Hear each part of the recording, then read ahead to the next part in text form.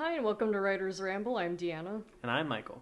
And today we're doing another story time, but now you can see us. Ooh. And also, you can now see, yes, my story. It does exist in not flesh or blood, but, in paper form and plastic. It's tree flesh. Yeah. But anyways, we left off, let's see, it would have been chapter... 11, right? Yeah, I think so. Oh my goodness. I wrote, oh my gosh. Yeah, chapter 11, The Adventure in the Mine. And so, just kind of a brief recap. Everyone went on a little adventure in the mine, and Jace and Samantha, almost died. And in the process, they admitted they had feelings for each other. Ooh. Jace killed a spike ball, because I was very original with names. And a lot like Sonic, the creature turned into a human afterwards, a human boy, after it was killed. Well, I mean, that's not like Sonic. The comparison would be like the animals that come out of the robots. Yeah. Yeah. Which I didn't play Sonic back in the day, but I can see where it would seem like that. So wait, was that an original idea then? And it just happened to be similar to Sonic? Yeah. Wow. But anyways, I also just wanted to clarify that we're going to try moving forward from here where I just read the chapter and then we give our critique and roasting afterwards just for the sake of the flow. But do you have anything that you wanted to say before we get started? I think I might have, and then I forgot. Awesome. Anyways, chapter 12, what happened? Okay, so this is a continuation of what this unnamed boy that we were introduced to in the previous chapter. This is starting off with quotations with what he's saying. These monsters used to be kids, so when you destroy them, they turn back to a kid. The Dimitri has the power to make them into monsters. The mine is empty because darkness wanted Dimitris. Because Dimitris have power, it can do different stuff. In fact, if you use it wisely, you can defeat him with it. Darkness is an evil, evil king and needs to be destroyed. He wants powers from the Dimitri. Sean interrupted. What is he the king of? The boy continued. He's king of monsters. He makes monsters. Oh, of course, Sean said, embarrassed. And Darkness thought... Oh, wait. Fuck. And Darkness thought there were Dimitris there, so he sent the balls with spikes there to scare the workers away. But when he got there, the mine had birthstones and diamonds, no Dimitris. He got confused from... the grammar shit in this. He got confused from an amethyst to a Dimitri. Jace had already stopped crying, but still held his foot. Samantha asked, "Hey, what is your name anyway?" "Why, my name is..." He stopped talking. His eyes grew wide. He shook hands with her. "Why, you're Princess Samantha."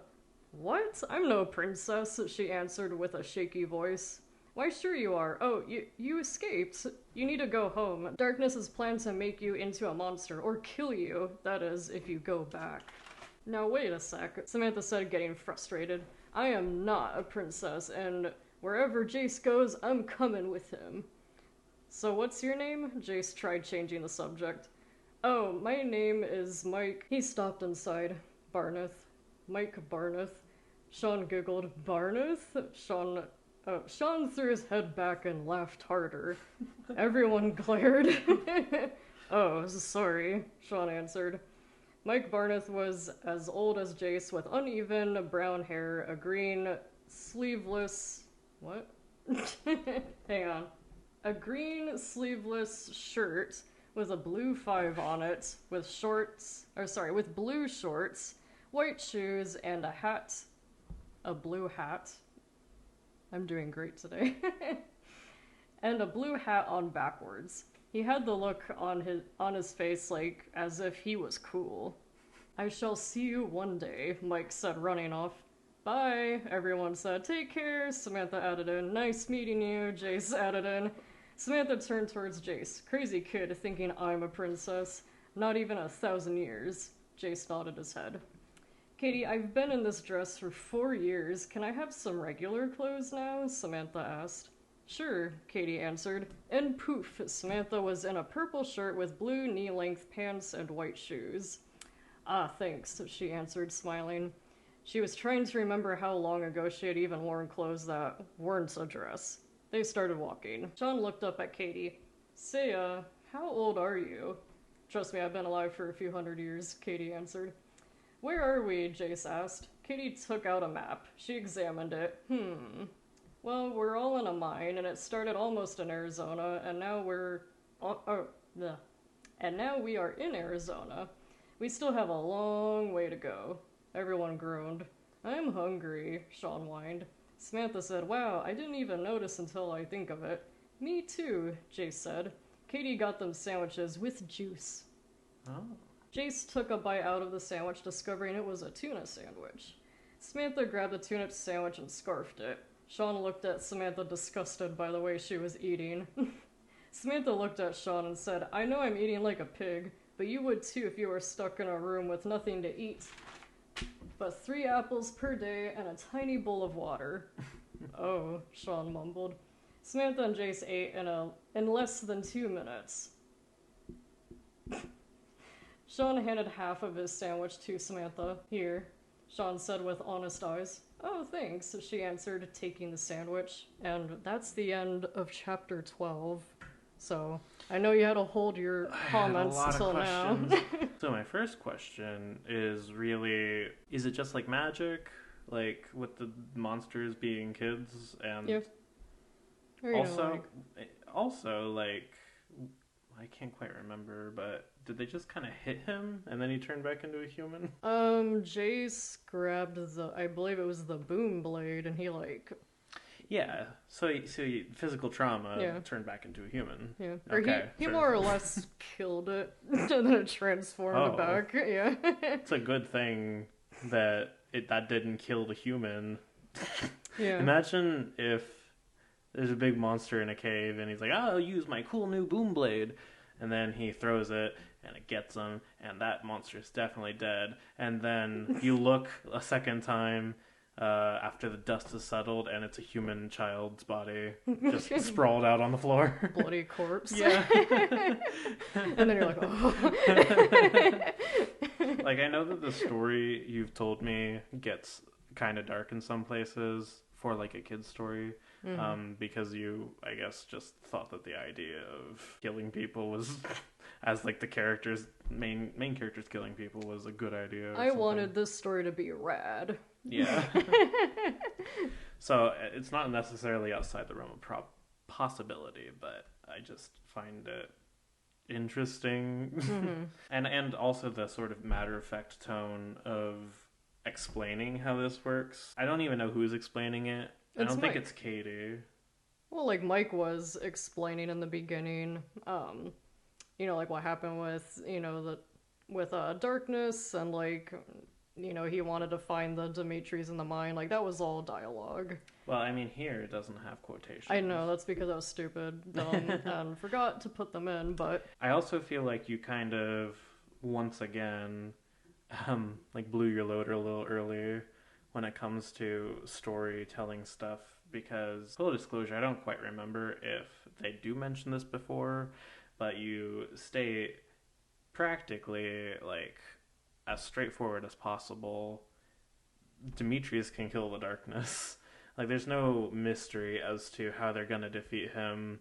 It's really just a matter of them getting to him and smacking him with a Dimitri, I guess. Or at least use them somehow.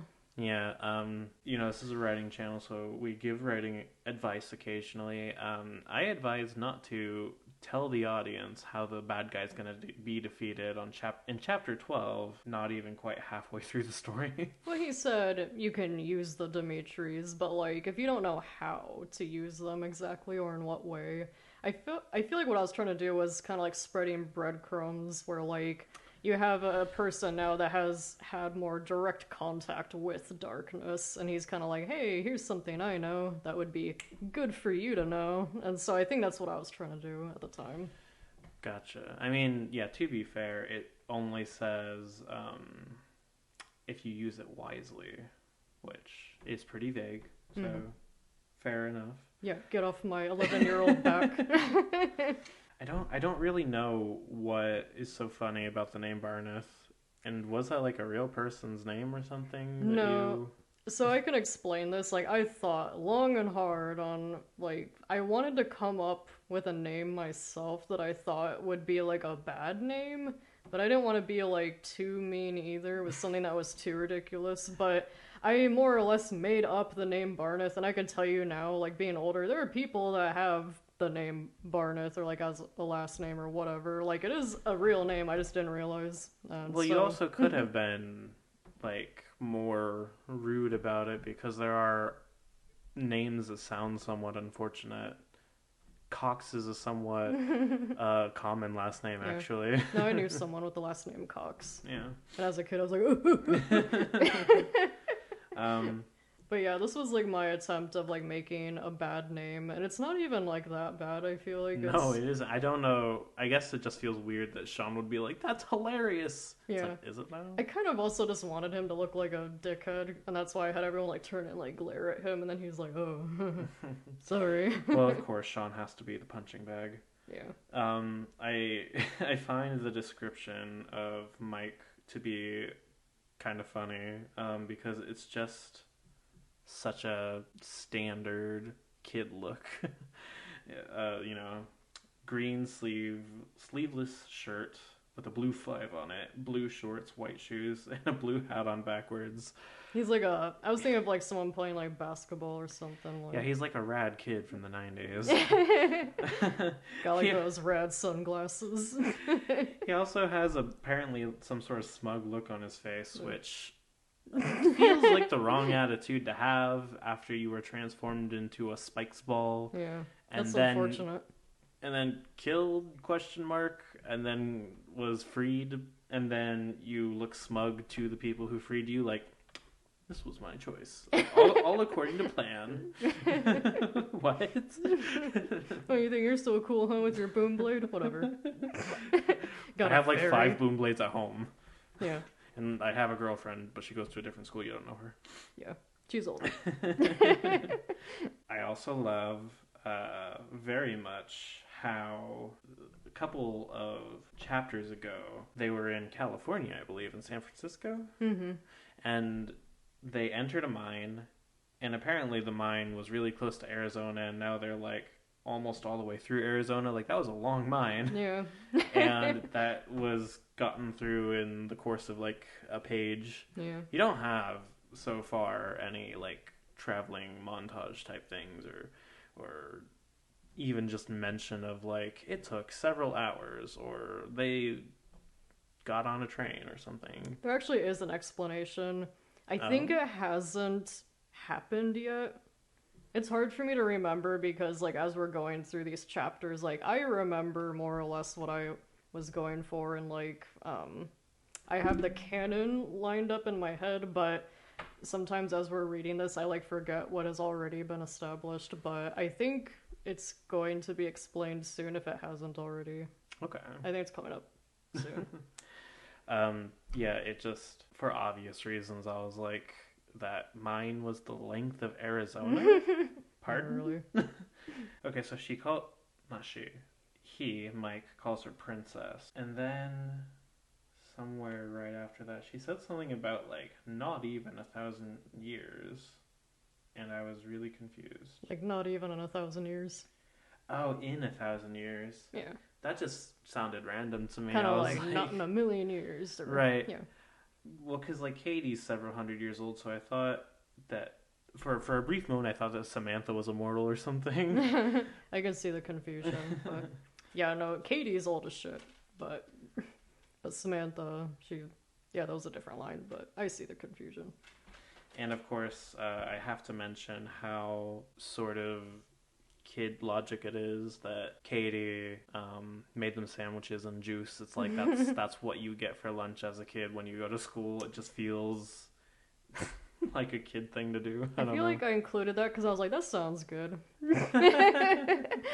didn't say what kind of juice it was. What kind of juice was it? Probably apple, because I loved apple juice then. I still like it, but it's been ages since I've gotten it. Mm-hmm. So Samantha was called a princess. She's like, I'm not a princess. And then I don't even know what this had to do with anything, but she was like, wherever Jace goes, I'm going with him. And it just kind of seems like Jace doesn't want her to go with him because of his response. That he like changes the He topic. changes. He's like, yeah, whatever. Anyway, something else. Like, this girl I was gonna go all the way to fucking Egypt to save. She's a little clingy. I don't know. Yeah, you know what? She said she loved me or whatever, like the first time we met, or I did to her. I can't remember. They were like falling to their death. Yeah. But you know what? Like, we hadn't seen each other in years, and all of a sudden she was like, "Oh, I love you.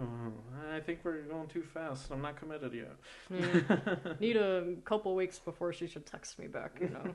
It's kind of weird. 3-day otherwise. rule, of course. Right. So that's about all I have to say. I mean, like, something interesting happened where Mike kind of explained what was going on a little bit, and I guess Samantha got a change of clothes for what that matters. Yeah. And then they got sandwiches, Ooh. which definitely needed to be part of it. I almost find it a little disappointing how Katie is used just to kind of do a lot of things that kind of need to be done. Kind of like, here's food for the kiddos. Yeah, it's like, I'm sure that the thought process was when you were writing it, when you were younger, like, oh, they haven't eaten in a while. I should probably have them eat something. I think later, this isn't really a spoiler, but I think like later, someone's like, I gotta go to the bathroom. And they're like, yeah, I do too. I mean, like, especially the bathroom thing, I feel like for the most part, you can just kind of ignore that as a writer. Yeah. You can assume that they're going to the bathroom when it's not focusing on them. You know, I have seen, because, like, mind you, I've read a lot of fan fiction and stuff, and especially when I was younger and I was probably reading stories written by also younger writers, I did find where sometimes they would, like, mention things like that, like if they had to go to the bathroom or, like, whatever. And let me just say, a good writing tip is we don't need to know. It's not important. Unless there's some plot-specific thing that happens in the bathroom for whatever reason. Yeah. Like, there are some cases where, especially, like, for comedy, like, if someone's just in a very unfortunate situation, like, I've seen before, where, like, maybe they're on a date, and I feel like I don't remember the name of the movie or who was even in it, but I feel like I saw something once where someone was, like, over at their date's house and they had like raging diarrhea. Oh. And in cases like that, it's like funny and like relevant for the plot because it's their date and they don't want to like be embarrassing. But if it's not important for the plot, though, just don't. But yeah, I feel like this is indicative of something I do know about you as a writer, and I guess you just kind of like naturally feel this way about writing when you write things, but you like realism. You have an emphasis on trying to, I guess, be immersed in the world. It's probably why I have where it's like, it's 5:02 p.m. Well, yeah, exactly. So we've talked about this before, but it's just kind of another example of you don't need to realistically look at everything in a story. It's kind of just what the plot calls for. Like, even the sandwiches, right? It's a neat detail that, like, oh yeah, they probably would be hungry by now, so it makes sense. We didn't need to know it was a tuna sandwich. We didn't need to even have the sandwiches. And if you were going to, I guess my little gripe is that it's pretty convenient that they have a ferry. Yeah, she's kind of just like the pack mule. Holding on to like their cool rocks. And I know that this is just like a kid thing to do where like you just have some sort of character or item that can do whatever is necessary in the moment. Like, oh, my fairy can do anything. She can make sandwiches. So I don't want to bash it too much, but it's definitely not something you should have in your story, is a character who can just kind of conjure up anything at any time without consequence. I'm just thinking of like in video games where like you tuck your rocket launcher away in your pocket, just Yeah, that's Katie. She's got a big pocket full of everything. Yeah, so not much to say about the plot aside from the minor world building, which this kind is interesting. Again, I think that the biggest misstep was just saying that this is how darkness is gonna die. But yeah. I don't have too much gripe with that. Not that I'm trying to be biased or anything, but Sure. but I do feel like it is good to have those breadcrumbs, as I said, sprinkled in where you get kind of like ideas of like maybe what the characters have to do in order to achieve their goal or whatever. Because in this case, Mike has had more like first-hand experience with darkness.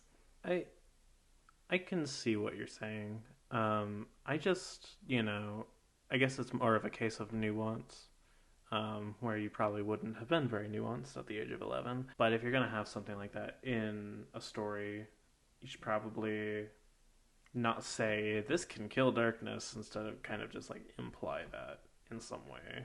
That's not going to sort of just straight up tell the audience, this is how you do it. Not that far into the story. I don't know. I feel Unless that's like what the plot's about.